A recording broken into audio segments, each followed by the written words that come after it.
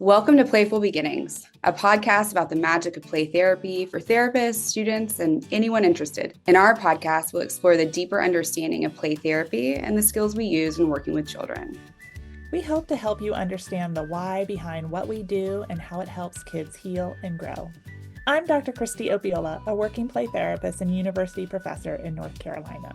I'm Dr. Maggie Parker, a play therapist and professor in DC. Hi, Kristie. Sorry, I started recording as I started coughing. Good morning. How are you this morning? I am good. We are both survived the snow apocalypse of the start of 2026. And so I hope our audience is safe. I know you'll listen to this after the storm has happened, but we record a little before it gets posted so we can edit. But we hope everyone is safe, staying warm, hopefully have electricity.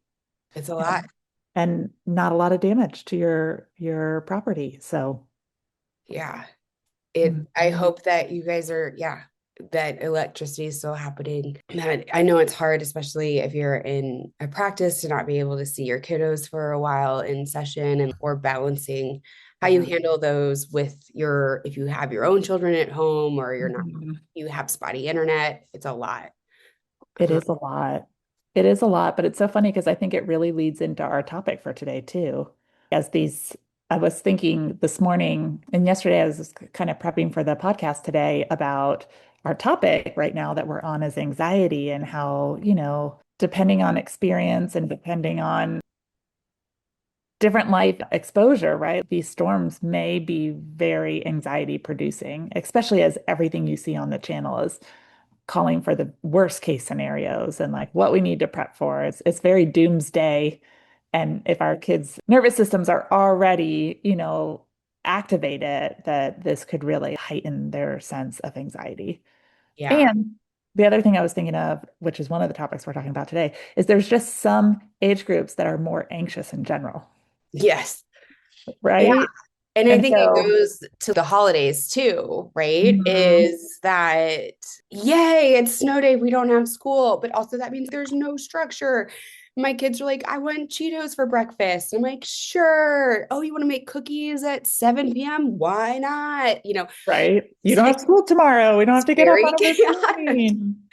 It's very, but then it's also confusing because mom and dad have work today. Yeah. And so it's a fun day for them, but we can't help them. And, it's a lot. It's a lot. So it is, but it also means that, not that this is happening at your house, Maggie, but for maybe some families, just having to get online, working around the conditions and other stuff. Or I think my mom's a teacher. She talks about this a lot since COVID about how we just automatically jump things to online, which then pulls, requires full focus. But if we go back and historically think about what snow days were about, it was about prepping yourself to be able to get back into the office. So, you're saying you and your partner are working today, right? Well, who's shoveling your driveway to get you prepped to be able to go out tomorrow? Who is, these other components that are equally as important that you're now don't have the ability to do, or you're having to add on to a full workday, which just makes it more stressful for parents, which means if parents are more stressed, kids are more stressed because,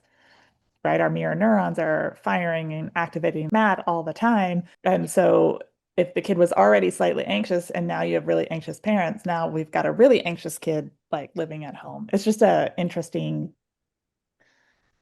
it's a lot. And especially, Lots I to think, think about. and it's also a very privileged conversation of if you have a job where you don't have to go in, right? There are others that children are anxious because caregivers are going in or, Well, for a long time, my career was as a first responder. I never got a snow day. Yeah. I remember we had this awful snowstorm, and they were like, do not get on the roads. It was just pure ice. And my boss called me. She's like, you're from the north. I'll see you here at regular time. And I was like, oh, no, I don't do ice. Hold We're up. from Virginia. That's not how. Yeah, well, but I did grow up in New Jersey. I went Oh, to yeah, school. that's right. I did, right? But I wasn't responsible for plowing driveways and other stuff or watching the street. Right.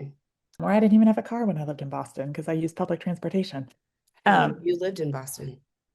Yeah. this is a whole new thing for me. Yeah. Yeah. Mind Really blown. often it's okay. But, Yeah. Or spending the night, right? Our or friends people, yeah, spent the night at the hospital because she's a nurse and she and had to work had to today be and she's there. a first responder and she doesn't get the day off because people still get sick and people need to be cared for. Yeah. So a Um, lot of reason for anxiety, right? This is yeah. just, it's not a normal time. And Mhm. it's a big swath in addition to all of the other things that are happening in our country. So it would And make all the things I sense. see on the news, everyone, I think it's a little heightened. We're a little heightened right now. Yeah. So, and this is going to play out differently based upon the age of the child, right? Yeah. And so I think like I feel bad because I'm probably heightened right now, as you guys can tell, right? And trying to regulate my own nervous system. And so we had this idea of talking about anxiety in general, and we've kind of talked about how anxiety is in this moment. So I want to veer us back to anxiety in general, or veer myself back. Kristie, you did not veer us.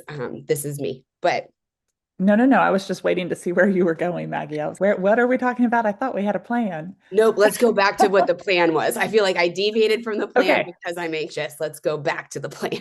No, we were just, I brought it up because I was just saying that kids right now could be heightened. And it's funny, this is our topic today, Yes. as we've had this big event where I think we were all heightened in preparation and preparing. And, yeah, but. Okay. Thank So you. today we're talking about developmental differences for how anxiety may show up throughout the lifespan, in particular in kids that we would see in play therapy. Yes. Correct? Yes. Okay, so let's talk about it, right? And I'm going to go from our traditional age groups that we see. So I know some people see infants and toddlers, but traditionally in play therapy, we start about 2.5, 3, seeing kids, right? And so what might anxiety look like for this age group? That's that 3 to 6 age group, early childhood, right? Is in particular for our 3-year-olds, we might see some separation anxiety. So being able to leave their primary caregiver to go with this random stranger in a playroom, even if they see you weekly. Remember, a week is a lifetime to a child. So it may take a while before they feel like they have built safety with you in the play space. So this may play out for a while with kiddos that you're working with and trying to build a relationship with, which will slow the process down of therapy, right? Because until they feel safe, they're not going to be vulnerable and open up and work on the things that they need to in the play therapy space. Yeah. And I think it can be really, I don't know if we want to talk about this now, so you can tell me to stop. When you're in the playroom, it can look different ways, and sometimes it requires flexibility. Oh, yeah. Because I think a lot of times it's no, don't let parents in, but I'm also not going to force a child who is so dysregulated to be, nope, I'm not going to like yank you away from your caregiver. Oh, I think that's actually more harmful than helpful. 1,000%. And it Yeah. was something that I remember experiencing for the first time in a very real way with this child. Usually parents would say there's some separation anxiety, and I'm okay, but kids always were so excited to go. They were just pumped. And this was the first time that a child was sobbing and physically shaking, having a very visceral reaction. And in my mind, I was, well, I don't know. The book says I shouldn't let the parent in. And I was like, okay. And I overrid that really, I had trusted my intuition. And after the second session, and I had prepped mom, we had talked about what this would look like. And by the second time, they were fine. But had I gone in and been so strict and put what I thought the book said over the relationship and the needs of that child, it would have been really hurtful, I think. So there's flexibility. Yeah. Yeah. I think using our clinical judgment is a really important responsibility within CCPT. Yes. The book is your guide. It's not it's not, it's a guide. It's not a set of rules, Right. right? Because we have to be thoughtful about the needs of each of our clients. Yes. I think Yeah. that's really important. Yeah. Yeah. Also for this age group are things they have really good imaginations, Hmm. right? So they sometimes have these intense fears about imaginary threats, monsters under the bed. I'm trying to think of some of the other really good ones. That's probably the most common one that Yeah. I hear or have worked with. I think more of my childhood, maybe yours too. Quicksand was something that I was very scared of. Oh, I don't think I was ever exposed to the idea of quicksand, so I don't know that that was something that even crossed my path. Yeah. It felt like a real threat, but that was not a real threat. Trying to think of what. Monsters. Monsters. And I don't remember having a fear of monsters, but I've worked with a lot of kids who have these fear of monsters. Monsters under the bed, monsters in the closet. It's hard to think of what other imaginary. You're I know right. that's the only thing that's stuck in my head right now. I know Yeah. there are more. That's You probably can the write most in and common tell one. us more. Yeah, yeah, text us or tell us in the comments below what are those other fears that you've had in the playroom. Yeah. Oh, I had a kiddo who was afraid of certain color foods, which was Oh, yeah. interesting, Or textured or foods. texture foods. Hmm. And that could be a lot of different things. That could be some sensory issues, but this was purely a color based. It didn't matter the texture. No, nope, not happening. So also an imaginary threat. Yellow things are not out in the world to harm you, just to let you know. Bananas are safe. Maggie, in case you were worried, yellow things will not harm you. Okay, good to know. Thank you. I Okay. appreciate that. Yeah. Yep. Thank you. I feel safe already. It's amazing just talking to you and laughing with you how my regulation has mirrored what Yeah. I feel much calmer. Yeah. No, this kid was afraid of everything yellow that you would eat, even if it came, so he would not drink lemonade because the bottle was yellow. Or at the time, one of the milk cartons was yellow, so he wouldn't drink that level of like milk. No, he would drink any other color of milk, just not the yellow Right. one. Right. And so you never know. And he You was right don't. in this age And it group. He makes was sense in their little minds. almost 5. Yeah. And so working with that and how that shows up in the anxiety and how you would respond to that in the playroom. Some of the other things that come up in the playroom, I think, are more behavioral kind of responses to their anxiety. So I'm thinking of regression. So kids who all of a sudden are regressing to previous behaviors out of the level of stress they're experiencing. So that may be with toilet training, that may be with no sucking their thumb again, or having difficulty sleeping, or going back to old, patterns that were at a time where they felt safer, as well as temper tantrums, sometimes heighten at this age, especially in response to anxiety and fear. And so and they're, that anxiety lives out in their bodies. And then some of the things we'll see in the playroom for this 3 to 6 year old are like different themes around danger, Mhm. rescuing, right? Or a particular kind of vulnerability that they're experiencing. They may play that out in the playroom. For instance, I had a kiddo who has a food allergy, one of those severe food allergy that would go into anaphylactic shock. And when they were on vacation, they ate something that had the thing that they were allergic to and had an allergic reaction and had to go to the emergency department on vacation. Yeah, that's so And scary. we played that out and so uniquely played that out where I would get transferred to the location where she was on vacation. And she would stay right safely in our city and in the playroom, but I would get transferred. And then the fear of me never making it back. So it was very metaphorically played out for her in the playroom, this vulnerability of, right, I could get sick at any moment. And this client is very hyper aware of their allergy and is a very good, her family has done a really good job of helping her to know how to navigate the world so that she does not intake this allergy. And, I don't think the food was very well labeled or whatever, but, things do happen when you have severe allergies. And so it was also, she played out a lot of that, you know, you have to read the containers, all the things that she had been trained came up within the therapy process to learn how to better manage that. Yeah, I've seen a lot with rescue superheroes and bad guys and Yeah. that process play out weekly with high Or anxiety. big threats, Mhm. right? Doing everything they can to prevent a threat, Yep. but the threat still gets played out in the play space Yeah. and all that they do, to protect themselves or even sometimes all the things that they can't do to protect themselves and how that plays out. So, Yeah. yeah. So that's kind of, I would say, the key things we see in 3 to 6 year olds. If you guys see anything else, let us know. Yeah. But we do want to highlight like the main things that we see in this age group. We cannot cover everything, or every podcast would be hours long, right? So we're trying to give a quick overview of these age groups. And so just remember in this age group, 3 to 6, right? Anxiety lives in their bodies and they play it out in the playroom, which is delightful for us because we really get to see what that looks like. Part of that is they use a lot of metaphor, and remember, their cognitive capacity is still developing, so they don't have the ability to fully think abstractly or even tackle abstraction yet, Yeah. right? So they're giving you specific examples of how things are happening, or metaphorically, how they are experiencing this within relationships or in their experiences at the time. Yeah. Yeah. And then as you kind of move on to that middle childhood, so between, I would say even sometimes starting at 6 or 7 to about 11, this is when kids are starting to kind of separate a little bit from their parents and focus more on their peers. There can be a lot of peer comparison and social comparison in this moment. So they're looking at who has what and how they compare, and if they're, whether it be, athletics or academics, they're starting to compare themselves to their peers in this way. And so that can create some anxiety.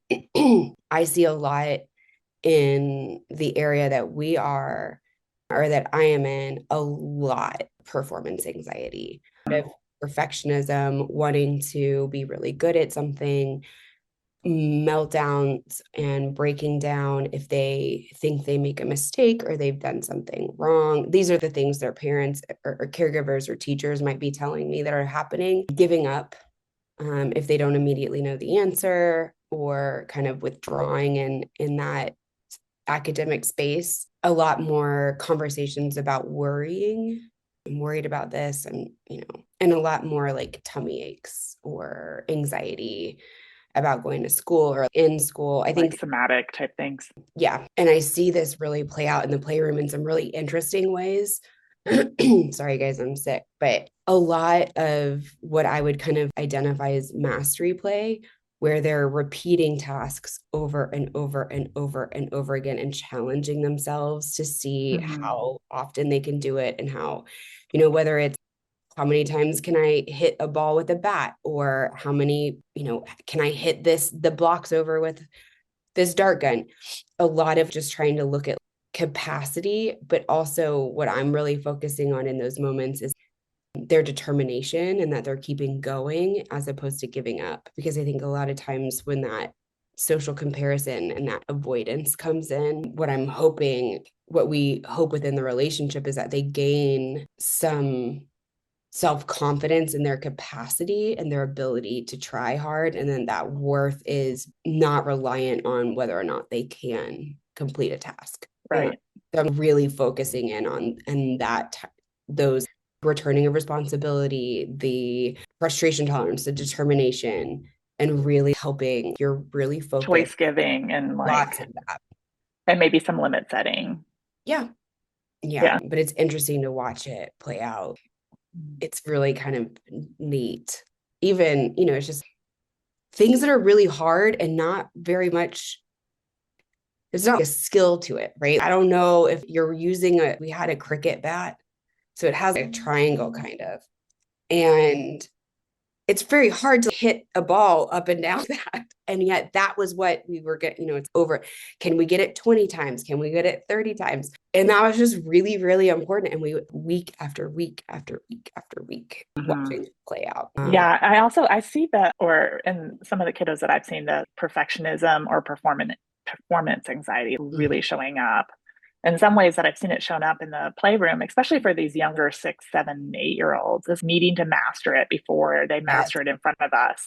So I will see them use the puppet theater or a tent or some environment in the playroom where the therapist can't see what's happening, right? And mastering it before they're able to really show it to us in the playroom.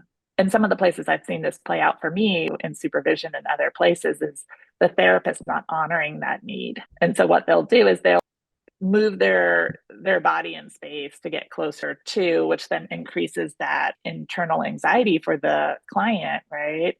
And then they either give up altogether and won't practice it, or right, their anxiety will be impacted and it will continue in the playroom, where then it becomes a power struggle, or then picking up moving somewhere else and the therapist feeling the need to go around. Yes, I'm really So sorry. I'm getting a text message from a parent who's at our house right now, but it's picking up everything that you're saying into my text message to this mom. I'm living out in person, like, wait, hold on. you're, hey, talk to my friend. Yeah. Would you like to know about anxiety in the playroom? Because this is what we're discussing. Also, is your child allowed to watch this movie? Because that is currently what they're watching. Oh Yes. gosh, Yeah. It's all right. We've got it all figured out, but I am good. distracted. That's okay. I also got one that my university is closed through tomorrow. Oh, yeah. I'm expecting that very Well, shortly. till 11:30 tomorrow. So right before noon. Yeah. But then, excuse me, some other things to think about, I think, and I think, Kristie, what you were saying too is so important. And about wanting to honor kids' abilities and their needs to kind of go and master something. I think it's also important to consider too. So you have to watch their cues on that and be very Yeah. mindful, because I think we try and make it so that we are in proximity so we can see what they're doing, but we also have to honor that relationship and really hone in on what we're feeling in our bodies, because Yeah. mirroring and connecting, how are they feeling in those moments too. I also think it's important because sometimes, I don't know if you've experienced this, but they'll be here, you draw this too, or That's what I was thinking of too. and I want to be really careful, because if I have a perfectionist child who socially compares, are they going to then begin to compare themselves to me? Because that's not quite fair. I've had 42 years of drawing experience as opposed to Right. your 8.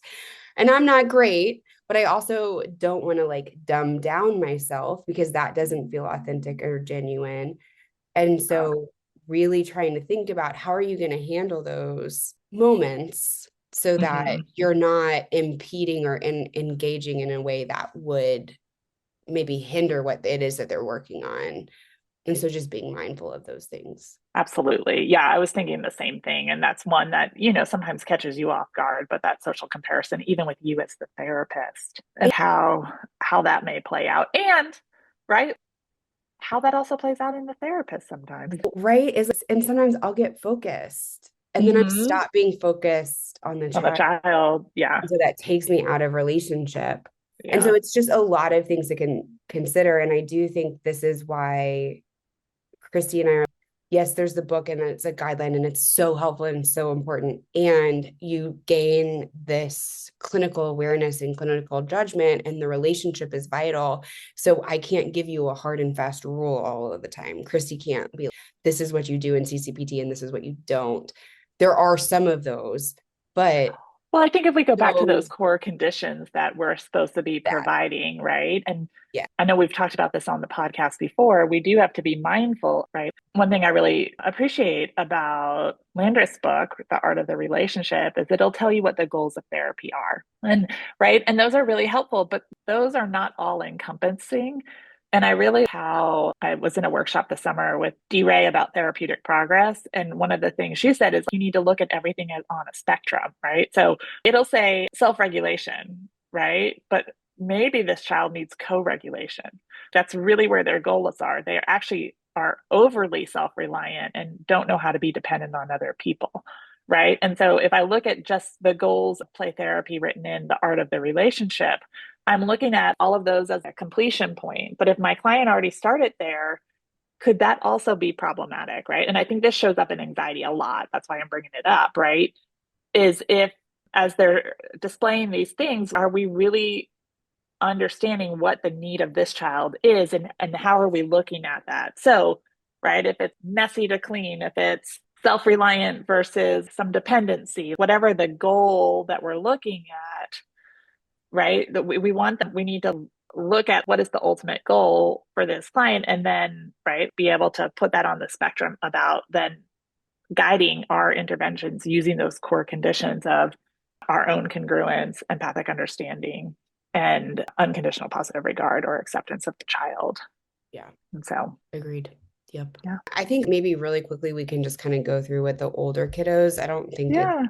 but there's gonna be a lot of social anxiety, a lot of identity-based fears. Mhm. They're trying to figure out who they are. I think, anxious generation, social media plays a big part into this. Mhm. There's a lot of social navigation and inclusion versus exclusion happening. And so I think a lot of times anxiety can center into that. You might see developmentally they start to sleep more, and you may want to Mhm. begin with them and try and look like, are they withdrawing from peers? Are they withdrawing from any activities with other people? Are they solely on the computer? Things to kind of think about and trying to draw them out of those, because sleep, yes, and it, you know, yes, it's developmental, and it can also be a clue that some things aren't going on or some things are going on. Hmm. They have a high level of emotional intensity because they are, that executive functioning is still developing, and that amygdala is firing. His emotions seem to kind of really kind of center within this developmental stage. And then I think the other thing we have to remember is that they could also be showing some regress Yeah. displays of anxiety. So we may see some of the ones we talked about before loop back into this adolescent age frame too, because yeah, there's lots of reasons for that. But you know, sometimes we'll go back to where we feel the safest and reinstate behaviors that worked previously. And so we could see, depending on how well they've managed their anxiety up until adolescence, right, that we could see these earlier behaviors showing up too. Yeah. Yeah. So, yeah. Well, I hope this was helpful. You know, it's Yes. hard to go through everything exactly as is. Yeah. Well, thank you, Kristie. I appreciate you. Thanks, Maggie. Yeah. Always love our time together. Yeah. Don't forget to join us, right? So go to our website, playtherapyspace.com. You can sign up for our newsletter if you want. We're still working on making our newsletter more consistent. Hang with us on that. And then if you have any questions, please let Maggie and I know. You can send us an email at info@playtherapyspace.com, or you can send it to us personally. You can send one to Maggie at playtherapyspace.com or Kristie at playtherapyspace.com. And don't forget to like and subscribe at whatever platform, podcasting platform that you listen to. It helps us kind of know our target audience and where people are listening from. So we appreciate all of you, and we hope you stay safe, warm, and have a good end to January or whatever month, the beginning of the Yeah. next month. I don't I even forget know when what we month post it is. this. I know it's okay. We'll figure it out. Thank you, Bye, guys. y'all. Bye.